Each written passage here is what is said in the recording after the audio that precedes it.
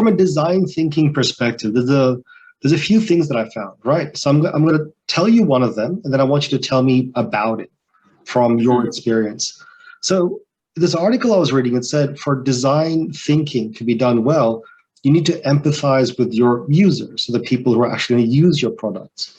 From your experience, what does this mean? To use the product, or what do you mean? So empathizing with your users, so empathizing with your customers or consumers who use your product. What does that mean? Yeah. Well, that's why this part of the research needs to be done once you have the product like physical, because you need to know what's the what's the reaction of using this product on real life, because obviously making it on computer is totally different to make it in real life.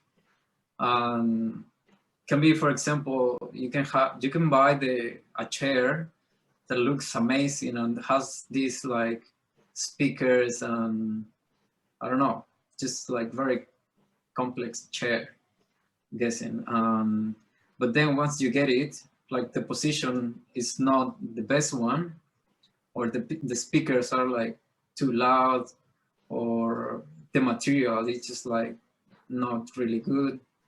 So that's when you need to do that research to empathize with the customers, and then see what you have to change in the future to make your product better. That makes sense, because at the end of the day, Yeah. it's about them, not about you or not about us, but it's about them, the end user.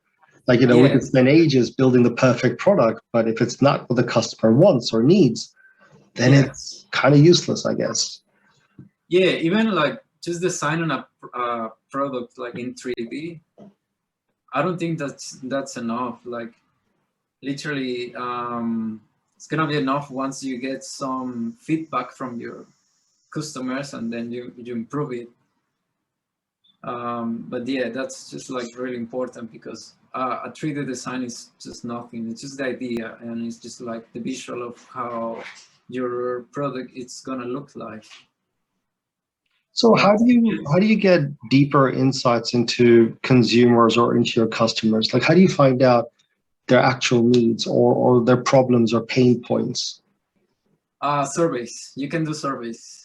Yeah, it's just like so many ways to get feedback. One of them is doing surveys, testing the product, just literally going to real scenarios, and then just doing your own, taking your own notes. Yeah, it's just like doing your research once you have the products in real life and testing it. But I think surveys is just the main one. Okay. And now when you talk about testing it, I'm assuming now we're talking about prototyping, like, we've got an understanding of what the customer or consumer wants, or the end user. We've built something which we think is going to meet that specification. So now we give it to people to try it out, right? I mean, prototype it, try it out, break it, find out why it broke. If it worked, why did it work? If it didn't work, why didn't it work? Okay. Yeah, like for example, I think a way to work like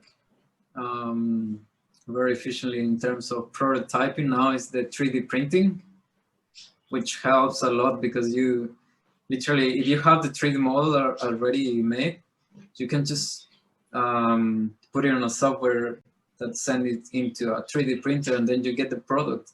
And then you can start doing test. You can test it, because that plastic is actually useful for like prototypes. So once you get that done, the trial, you can start making it in like different material like metal, or even different types of plastics. But yeah, 3D printing is also like really important on this part of prototyping. What's your favorite part? What's your favorite part? I mean, do you like the part where you're sitting down and pulling this puzzle apart to find a solution, or do you like the talking to your customer to get the insights, or do you like when the project is done and you give the final product to the person who needs it? Like, what's your favorite part? My favorite part, I obviously enjoy like the whole process because I really like thinking on each part of the process, like breaking down the whole idea and then drawing or designing in 3D. But I think the most satisfying one is once you deliver the product like functional, and when you see your product working, it's just the best satisfaction, you know.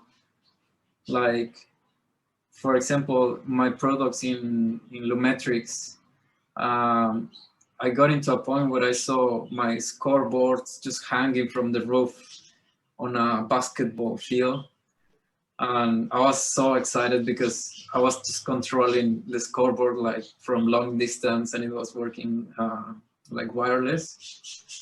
And they were using it for a game, and I was so excited for that. So I will say that that's my favorite part, being able to see my product working. Fantastic, fantastic.